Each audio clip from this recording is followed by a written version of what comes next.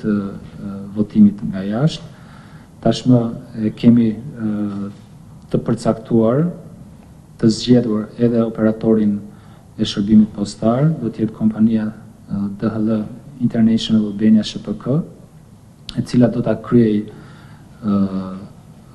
shërbimin e dërgimit të fletëve votimit tek votuesit dhe kthimin mbrapsht në KQZ. Votuesit nuk do të paguajnë për këtë shërbim, koston e paguan shteti shqiptar, pra paguhet nga buxheti i shtetit.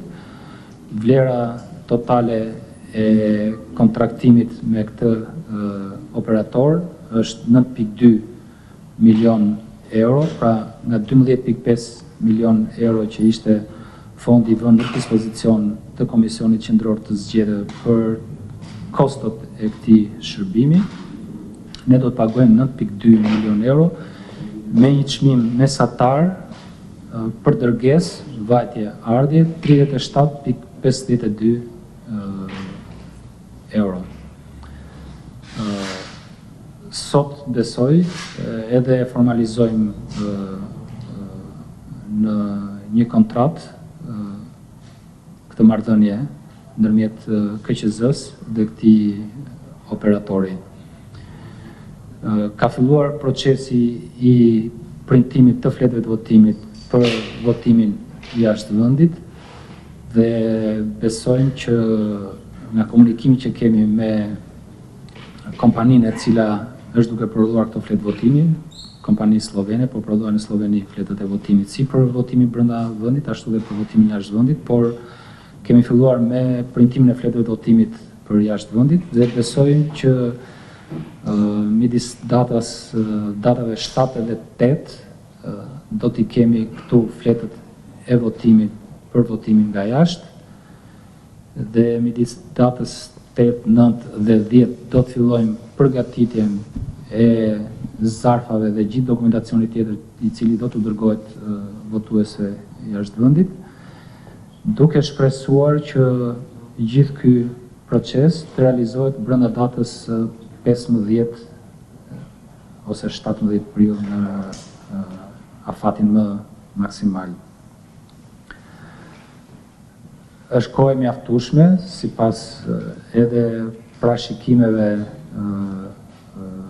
kontraktuale që do të kemi me operatorin e shërbimit postar për t'i dërguar zarfat, për t'u dhënë kohë rreth 3-4 ditë dhe diku dhe më shumë ditë zgjedhësve nga jashtë për të vendosur, për të bërë zgjedhjen e tyre, pra për të plotësuar fletën e votimit, dhe koha pastaj për të kthyer mbrapsht në Komisionin Qendror të Zgjedhjeve deri në ora 19:00 të datës 11 maj. Jemi duke përfunduar një spot dhe një tutorial për gjithë sa do duhet të di dhe do duhet të bëj votuesi nga jashtë në momentin kur merr dokumentacionin zgjedhor dhe me shumë mundësi brenda 2-3 ditëve do të bëhet publike, do të nëpërmjet mediave, por dhe nëpërmjet rrjeteve sociale. Ndërkohë, po ndërtojmë një sistem të ndihmës dhe të këshillimit për votuesit nga jashtë, për rastin kur ata do të kenë nevojë për të marrë sqarime për procedurat e votimit, por në setin e dokumentacionit të cilin ne do t'ia dërgojmë atyre, do të jetë dhe një udhëzues i cili i sqaron në gjykimin dhe vlerësimin ton në mënyrë të plotë dhe të qartë të gjitha çfarë do duhet të bëj votuesi nga jashtë.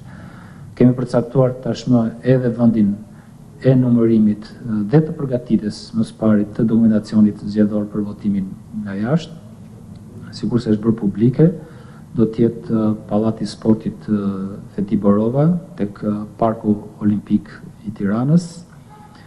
Do të jetë i aksesueshëm për procesi i përgatitjes dokumentacionit zgjedhor dhe i vëzhguar apo dhe i mbikëqyrur nga media, vëzhgues të ndryshëm vendas dhe ndërkombëtar, përfaqësues të partive politike dhe i monitoruar me kamera. Pamjet e këtij procesi do të jenë live 24/7 që nga sekundi i parë i fillimit të këtij procesi deri ditën e përfundimit. Po në këtë ambient do të zhvillohet do të pritet edhe dokumentacioni zgjedhor dhe mandej do të zhvillohet dhe procesi i numërimit dhe vlerësimit të fletëve të votimit. Të dy këto procese, ashtu sikurse edhe procesi i parë, do të zhvillohen në praninë e medias, vëzhguesve të ndryshëm, partive politike dhe do të jetë i monitoruar me kamera 24/7.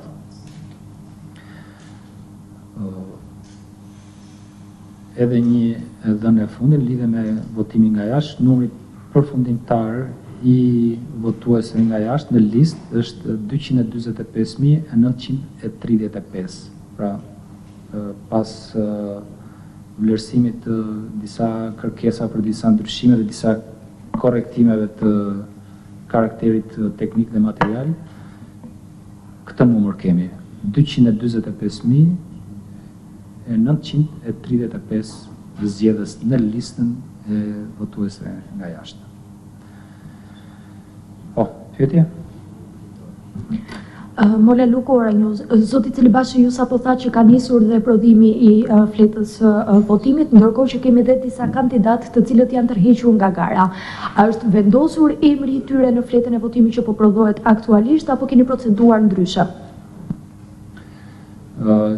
Që prej momentit kur Komisioni Qendror i Zgjedhjeve miratoi përfundimisht emrat e kandidatëve në listat shumëmërore respektive dhe mandej si rrjedhim miratoi përmbajtjen e fletës votimit, ne nuk kemi asnjë kompetence dhe mundësie ligjore për të bërë ndryshime si në përmbajtjen e fletës votimit, po ashtu edhe në listën shumëmërore të partive politike dhe koalicioneve zgjedhore.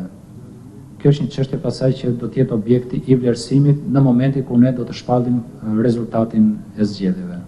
Por nuk ka ndryshime si në përmbajtjen e fletës votimit, ashtu edhe në listat shumëmërore të kandidatëve. Greta Bullari, ABC News. Zoti Celibashi ka një shqetësim nga partitë politike për sa i përket votës së diasporës dhe lidhet pikërisht me faktin që kurrieri do duhet t'ia dorëzojë vetë votuesit 3 herë fletën e votimit në dorë dhe në rast se kjo gjë nuk arrihet, atëherë fleta kthehet sërish në Shqipëri duke çuar, po themi edhe në një tkurrje të numrit të votuesve. Keni patur ju bisedime me partitë politike lidhur me këtë çështje dhe nëse po, ka propozime se si do të vijohet apo do të jetë pikërisht po kjo, po themi, teknik që do Faleminderit. Faleminderit. Nuk kemi patur ndonjë propozim të formalizuar në lidhje me këtë çështje, por sido që tjetë, ne nuk do të ndryshojmë dhe nuk do të cedojmë nga i protokoll për të cilin ne kemi vendosur që tjetë i tillë. Pra, do të duhet që operatori i shërbimit postar, dhe kjo është e panegocueshme, t'ia dorëzoj individit në dorë fletën e votimit, të themi. Dhe asnjëri prej familjarëve apo bashkëjetuesve të tjerë me të. Janë 3 tentativa të cilat operatori i shërbimit postar do t'i bëjë në orë të ndryshme. Sipas protokollit të tyre, mund t'ju lërë një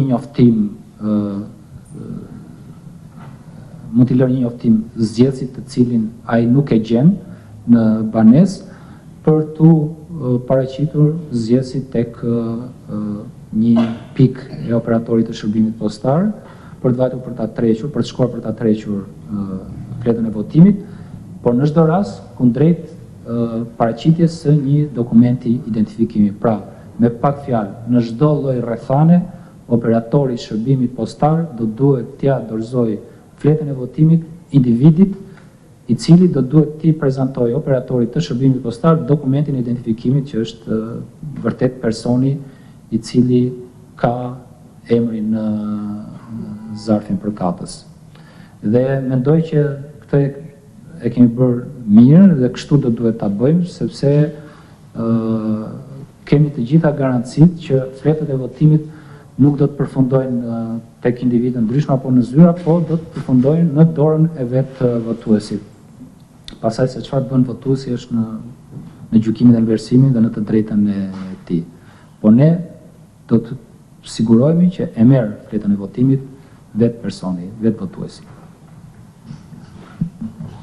Ardit Hoxha Euronews, zoti Cilibashi ju deklaruat vetëm pak më parë që në momentin kur votuesve nga jashtë në një nga tre tentativat ose në të treja tentativat që do të bëhet për të dorëzuar fletën e votimit, ai nuk do të gjendet në banesë, do t'i lihet njoftim. Është edhe opsioni tjetër që ai mund të shkojë ta bëjë ta marrë fletën e votimit në një zyrë postare. Nëse ka qenë ky opsion, pse pati aq shumë në thonjza të djegur votues nga jashtë vetëm për shkak të problematikës me adresën?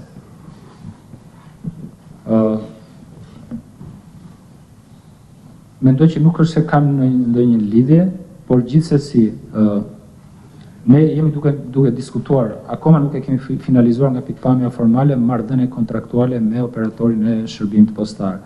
Është pak po e sigurt që në kërkesat tona, dhe kjo është pranuar prej tyre sepse ka qenë në dokumentet standarde të tenderit si kriter, që operatori i shërbimit postar do të bëjë 3 tentativa. Por nuk përjashtohet çdo lloj opsioni tjetër me kushtin që të jetë e sigurt 100% që fleta e votimit të mbrin në dorën e vetë individit. Dhe në protokollin e tyre, të gjithë operatorët e shërbimit postar kanë edhe këtë procedurë që nëse nuk të gjenë në banesë, të lënë një njoftim ose i lënë një njoftim zgjedhësit për orën tjetër kur operatori apo postieri, më mirë të themi, do t'i riparaqitet pranë banesës, ose nëse dështon në 3 tentativa për ta gjetur në banesë, mund të jetë opsioni që zgjedhësi të shkojë te zyra e shërbimit postar. Postieri do të paraqitet në adresën që vetë zgjedhësi ka deklaruar, tek ajo banesë do të paraqitet. Të dhëna mbi adresat i marrin prej Komisionit Qendror të Zgjedhjeve, pra prej KQZ-s, operatori i shërbimit postar, dhe nëse zgjedhësi ka deklaruar në PER adresën ku ai ka vënë qëndrimin, është e sigurt që do t'i mbrijë fleta e votimit. Nëse ka patur gabime në deklarimin e adresës, kjo nuk është përgjegjësi ase KQZ-s dhe ase postës. Refuzimi për të regjistruar i rreth 48.000 zgjedhësve ka qenë për faktin pak a shumë në gati 99.99% të rasteve të mos përputhjes ndërmjet asaj çfarë ata kanë deklaruar në PER si adresë me përmbajtjen e dokumentit provues të adresës. Ka patur kontradikta ose nuk kanë qenë e njëjta. Do duhet të ishte përputhur adresa që ai ka deklaruar në PER apo ajo me adresën që përmbante dokumenti që kërkonin në PER. Pyetje tjera? Nuk kemi. Mirë. Faleminderit, ditë mbarë.